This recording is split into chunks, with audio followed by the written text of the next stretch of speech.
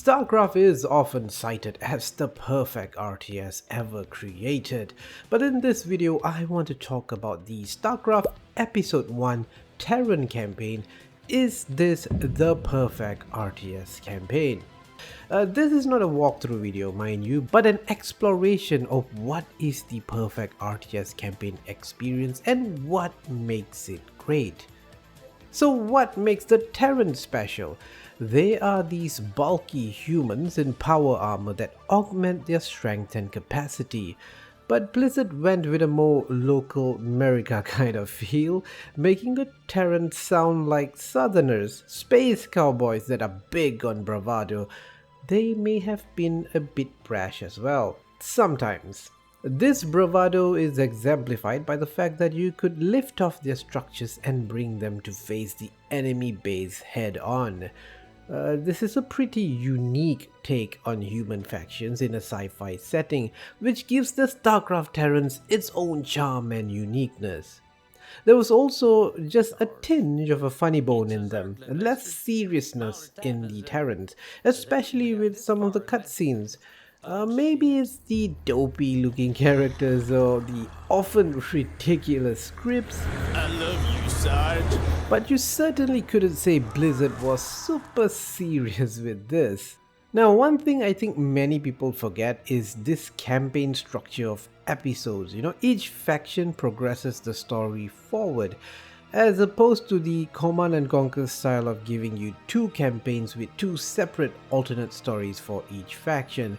This is a rather novel way of telling a story in an RTS campaign back in the day. This then became a signature Blizzard RTS thing as they approached Warcraft 3 in a similar fashion and took it to the extreme with StarCraft 2. I really like this Blizzard approach to campaigns because there is no debate about what is the correct version of the story in a sequel or continuation, and it lets the devs tell a more epic story spanning a much larger set of missions. Howdy, boys. I'm Jim Raynor, Marshal of these parts. Versus the alternate version of the same campaign. I think it's also a pretty smart way to get people to play through the entire campaign to get the whole story, rather than just playing your favorite faction and calling it a day. The Terran campaign begins with the lockdown of a backwater mining colony at Sara. The Confederacy is introduced as the evil human empire, but in fact the Confederates are not really the main focus of the story here. Interestingly, you, the player, are supposed to be the silent protagonist, a magistrate at the Sara colony. This silent protagonist commander character is something Blizzard will drop in later RTS games, including StarCraft 2. Jim Raynor, the hero of the Terran, begins this whole saga as a marshal of this colony, a law-abiding citizen that upholds justice. He will eventually become a renegade rebel and in the sequel, a jaded smuggler character. Basically, Han Solo. But this is where his story begins. In Mission 2, Backwater Station, Jim Raynor discovers an infested Terran command center and proceeds to destroy it. Whoa, what the hell did they do to that command center? Whatever it is, it ain't natural. Burn it, boys. Now, the interesting thing with this infested command center, it was just a building that did nothing. There were no infested marines or humans, zombie humans in StarCraft, which Blizzard actually put that in StarCraft 2. So that made me wonder, why didn't they do that in StarCraft? They must have had this idea, but for some reason, maybe it's some technical reason or maybe campaign pacing or balancing of missions, this infested command center was the only hint we got to what the Zerg could do to the local populace, beyond wiping them out, that is. Again, something not explored in StarCraft, at least in the Terran campaign. Most of the Terran campaign missions in the early bits serve as a sort of tutorial, and I like how they handle this with subtlety rather than being extremely handholdy. How some games can even take control away from you or highlight things in the UI. But in StarCraft, you are just given simpler objectives during tutorials, with a hint on what to do, but never really telling you how you should go about doing that. StarCraft actually respects the player's intelligence. Although the hints at the beginning of missions are pretty useful, don't just ignore them and close them immediately. You are gradually introduced to the Terran tech tree and buildings as more things unlock over the span of this 10 mission campaign. StarCraft's Terran campaign was, in my humble opinion, the first time we witnessed how RTS missions could be designed so incredibly well to tell a story.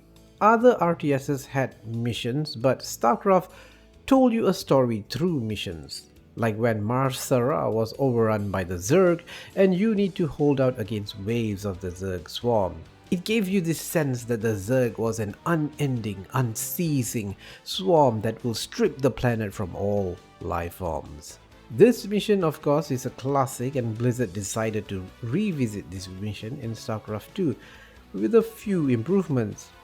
Sara's defense in the mission Desperate Alliance is a much easier mission as it is quite early in the campaign. I just spammed bunkers and marine and basically it was a total lockdown. Attack.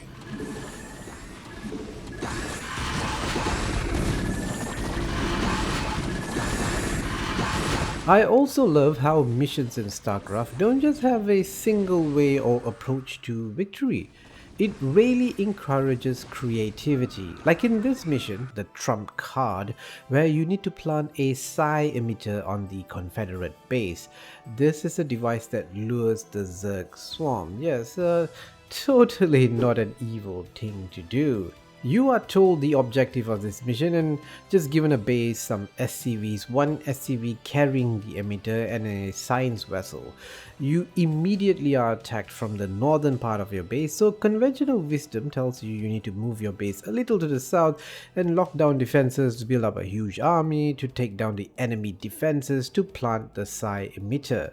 But look closer and you'll discover the science vessel has a defense matrix ability that you can use on the SCV to make them almost invulnerable, almost, and then just drop the psi emitter like it's a Saturday morning stroll down the park. Right away, sir.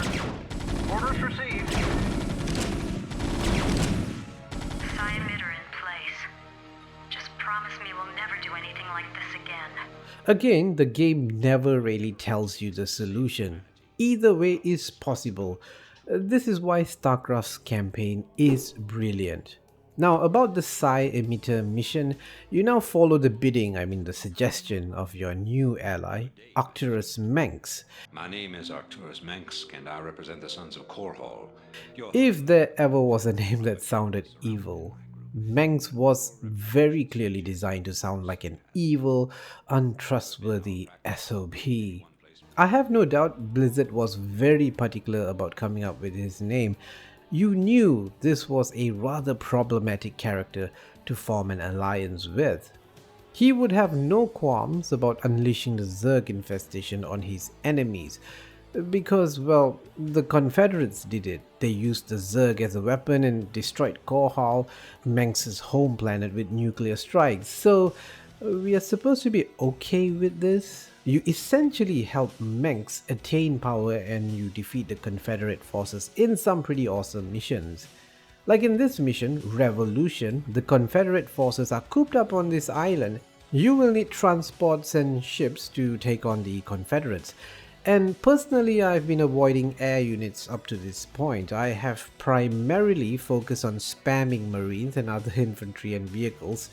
You think you got comfortable with one particular strategy, now you are forced to change and adapt.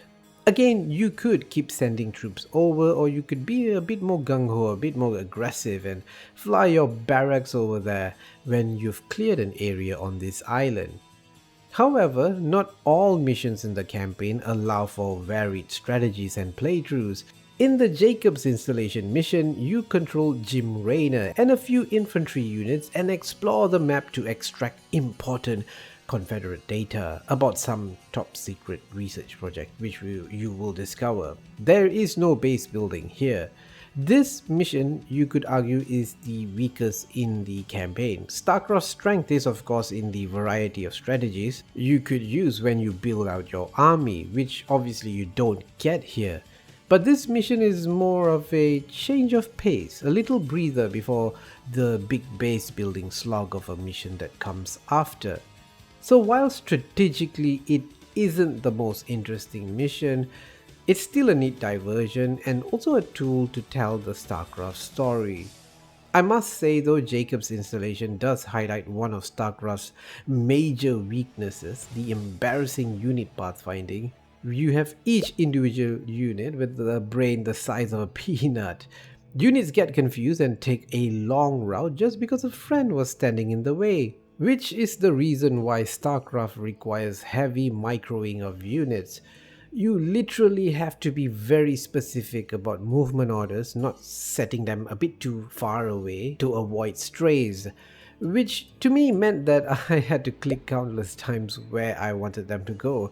This is not a big issue in single player in my humble opinion, but certainly what the pros are really good at in competitive multiplayer matches. After delivering a blow on the Confederates, you now take on the Protoss for the first and only time in the Terran campaign in the mission New Gettysburg. It's the second last mission. This is a slog of a mission, as Protoss units can take a beating thanks to their shields, and you have a Zerg base that you need to protect behind your base, which from time to time they will also attack you. Yeah, Mengsk has plans to use the Zerg some more here. This is the mission where we lose Sarah Kerrigan. Receiving incoming transmission. This is Kerrigan. We've neutralized the Protoss. Base The is wave under of Zerg attack. advancing on this position. We need immediate evac. Belay that order. We're moving out. A very important character, which up to this point, you really don't get a sense of her importance in the story. There's a hint of maybe a past fling with Jim Raynor, I don't know, this is speculated, but she is a bit of a mystery. Because she's a ghost, a special ops soldier with psionic abilities, the Zerg swarm has a natural resonance with her, and she becomes a big part of the StarCraft campaign going forward. You know, I just wish we got to know her more in the Terran campaign as a human character. For all its brilliance, the Terran campaign does stumble a little in the final mission, the Hammer Falls. And if we hope to reach... To hell with you! Or rather, the quality of the mission falls. While in typical RTS fashion, all final missions serve as a major challenge to the player, no different here. This mission feels exceptionally annoying, at least to me. Jim Raynor now sees the betrayal of Arcturus Mengsk, or rather his real intention, to form a new empire and decides to leave this mess. But to leave this planet, you will need to destroy the ion cannon that will pulverize anything that tries to escape. There are 3 Confederate bases, and the one guarding the ion cannon will keep sending over ghosts, constantly harassing your units and buildings while staying invisible. Absolutely great, you know, if you don't prioritize getting a science vessel or just don't build enough turrets which can detect these invisible units, which I regretted not doing. You could tough it out and eventually expand to this expansion area here, but you will be surrounded by Confederate forces on all sides. You could try taking out one of the Confederate forces to make things easier for you to get to the ion cannon.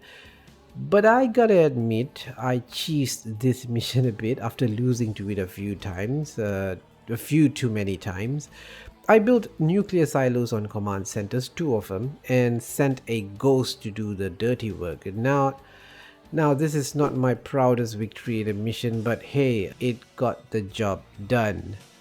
The Terran campaign sets the stage for what's to come in StarCraft. It serves in large portions as a tutorial to get you used to how this faction plays and a preview of the other 2 factions.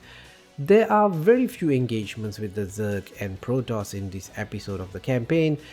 That's the one small thing I wish we got a little bit more of. But the Terran campaign is more of a palate cleanser for what's to come next. It really tells the story of this human civil war, the destruction of the old empire, and the birth of a new one. You could argue no better than the previous one, perhaps even more ruthless under the dictatorship of Arcturus Mengsk. The technical issues of poor pathfinding I don't think takes away from the overall experience too much. You'll of course get used to the fact that you can't simply click and expect them to get to their faraway destinations. That would be suicide a lot of times. There's also the issue of these hero characters not being like real hero characters. They feel a lot like regular units, taking damage and dying just as easily as your other units, which is a major problem considering almost all missions with a hero character give you a mission failure if the hero unit dies. So what's the point of a hero unit then? Like for most people playing the campaign, I think we would just keep them tucked away and secure in our base and just venture out with our regular units to not insta-fail missions when they die, you know? Hero units I just feel are a bit meh, frankly. I kept thinking about StarCraft and the Terran missions even when I was not playing the game, which to me is a sign of a very special game. The fact that you get a bit obsessed over them, that thoughts about the game seep into your real life. Like when I'm ordering a burger and all I can think of is Fire it up. But seriously, StarCraft is a legendary RTS. While the Terran campaign isn't all that perfect, it is close but not quite. I have a feeling that the Zerg campaign is going to be nice. If you enjoyed this video or like this format, do give this video a like. That will help give this video a real kick in the YouTube algorithm. I'm hoping to make this a regular series for this channel and explore the campaigns of our favorite games and ask the question, what makes them perfect? Or at least close to being perfect. I want to know your thoughts on the StarCraft Terran campaign. What's your favorite or not so favorite thing about it? Anything that I might have missed, your favorite strategies, share with us in the comments below. Thanks for watching and farewell, friends.